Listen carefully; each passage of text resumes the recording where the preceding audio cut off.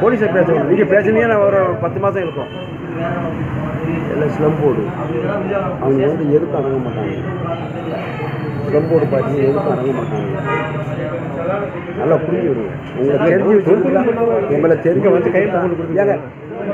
ஆப்தி record aunty record இருக்குது. இன்றைக்கி எத்தனையோ பேர் உள்ளே போகிறான். 10 லட்சம் கோடிக்கு சொந்தக்காரன் ஸ்டாலின் இன்றைக்கி உள்ளே போயிட்டாங்க. அவனை உடச்சி சம்பாதிக்க அவனை அரெஸ்ட் பண்ண முடியுமா?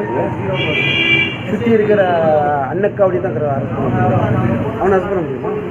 அப்போ அவன் வந்து தவறான வழியில் சம்பாத்தியம் பண்ணுறது உங்களால் அரெஸ்ட் பண்ணுங்கன்றதா இல்லை. இல்லை சொல்லலை. உலகத்தை புரிஞ்சுக்கிடுங்க. முதல்ல இந்த ஊரை புரிஞ்சுக்கிடுங்க. ஊரையும் உலகத்தையும் புரிஞ்சுக்கிடுங்க. புரிஞ்சுக்கிட்டு அதுக்கு தகுந்த மாதிரி வாழ பழகுங்க. அது நம்ம போலீஸில் ஒரு கம்ப்ளைண்ட்டை கொடுத்துட்டதுனால 19 தடவை கொடுத்து உங்களுக்கு எதாவது காரியம் நடந்துச்சா? எந்த என்ன மட்டும் பார்த்தீங்கன்னா இதுக்கு மேலே உள்ள அதிகாரி பார்த்தீங்களா? அவங்க ஏதாவது உங்களுக்கு வந்து செஞ்சாங்களா? என்ன பண்ணாங்க? இது வரைக்கும் என்ன பண்ணி உங்களுக்கு என்ன நடந்துருக்கு?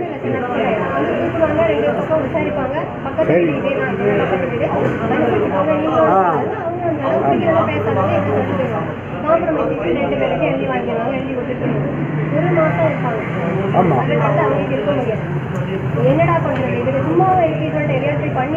சரி நான் சொல்கிறேண்ணே, இன்னொரு ஐடியா சொல்லிட்டா, நேராக கோர்ட்டுக்கு போங்க. கோர்ட்டில் போய் ஒரு டைரக்ஷன் வாங்குங்க.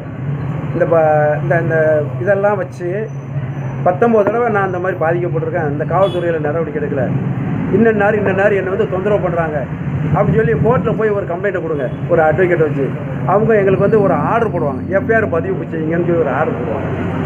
அதன் பேர் நான் உங்களுக்கு ஒரு எஃப்ஐஆர் போட்டு யாரெல்லாம் அக்யூஸ்ட் ஆகணுமோ அக்யூஸ்ட் ஆக்கி உங்களுக்கு நான் வந்து நடவடிக்கை எடுக்கிறேன். சரியா? நீங்கள் எங்கடையும் கம்ப்ளைண்ட் கொடுக்கலாம், கோர்ட்லேயும் கம்ப்ளைண்ட் கொடுக்கலாம். தெரியுமா உங்களுக்கு? 2 மெத்தட் இருக்குது.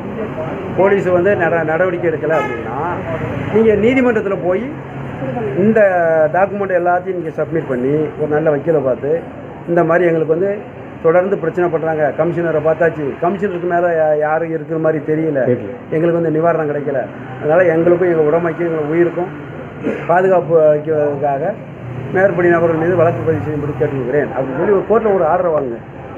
ஆர்டர் கொடுத்துருவோம். கொடுத்தாங்கன்னா நாங்கள் எஃப்ஐஆர் போட்டுருவோம். அதான் உங்களுக்கு உண்மையான நடைமுறையில் உள்ள பிரச்சனை சொல்கிறோம்.